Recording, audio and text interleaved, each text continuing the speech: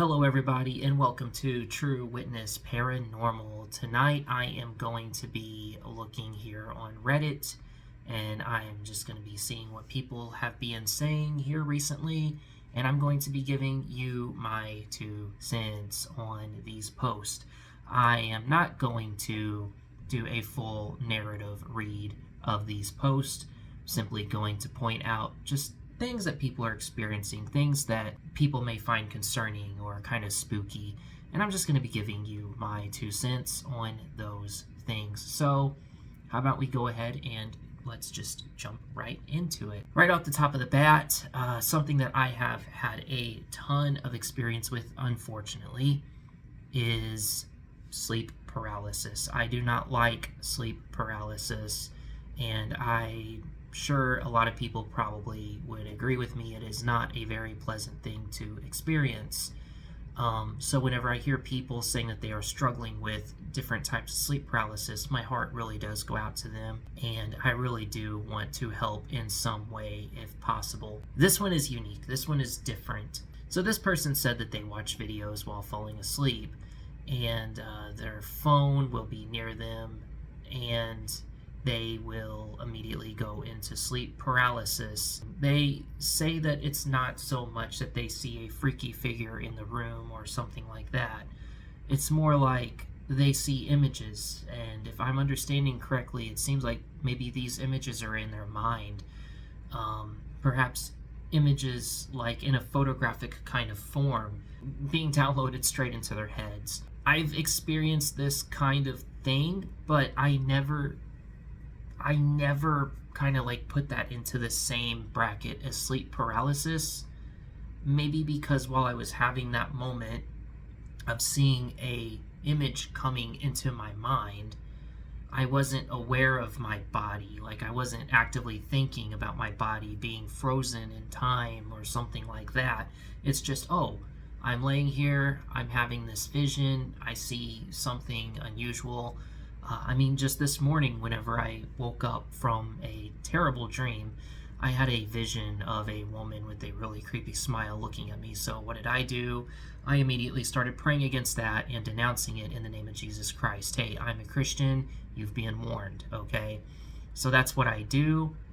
That's what I did whenever I seen it. But it's like a photographic image that just comes into your mind. It's very different than just practicing your imagination. I'm not sitting there trying to imagine this picture.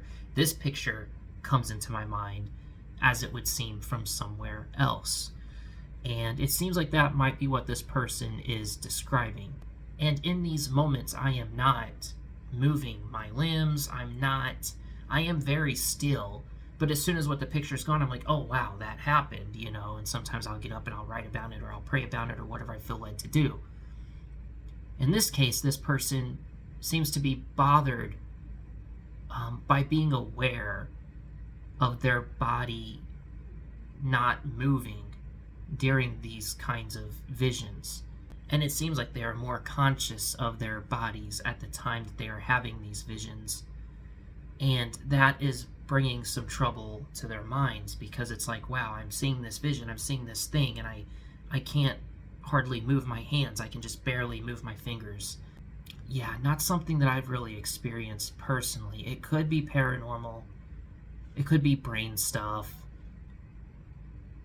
I'm not really sure where to put this one, to be honest with you. It doesn't seem to be anything terrifying. There's no horrific figure entering the room and causing the sleep paralysis. Almost every time I've had sleep paralysis, it has been nightmarish. It has been terrible. So having an experience like that without the nightmarish effect is a bit foreign to me. It's a bit new.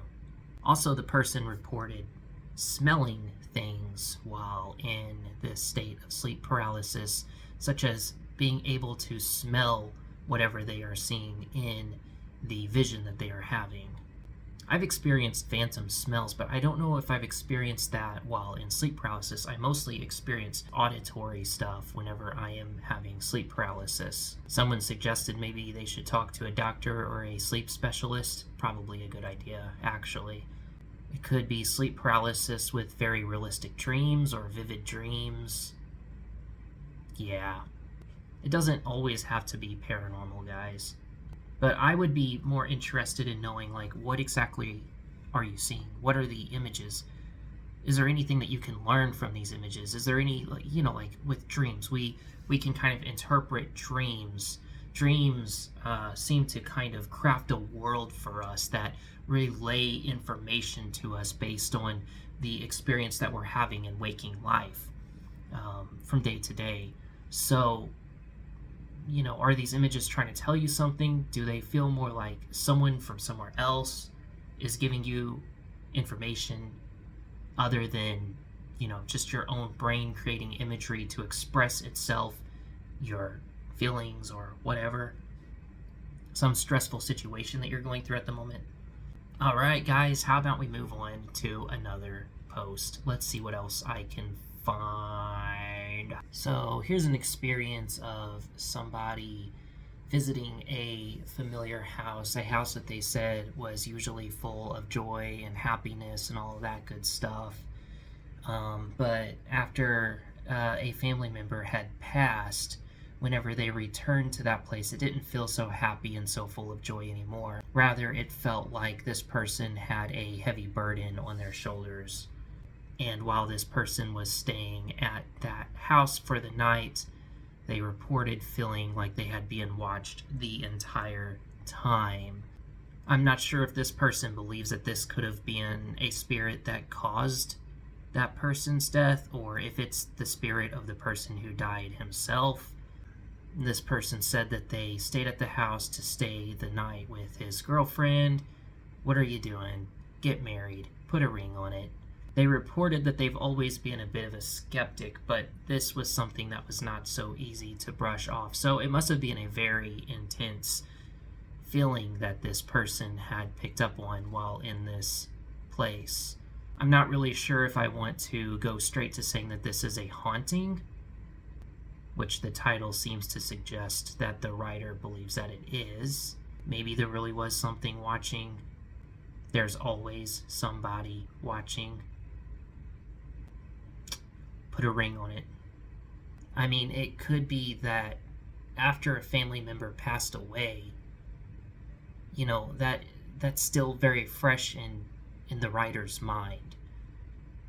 And this family member was very close to the girl that he's dating, so I mean, that could have something to do with it, just kind of feeling like, I wonder if this relative who passed away is here and is watching us right now. And that thought kind of makes me feel uncomfortable. Could that be what this is? Or could it actually be that something really was watching? I want you guys to put in the comments your opinion, what you think is going on in this situation, in this weird vacation house.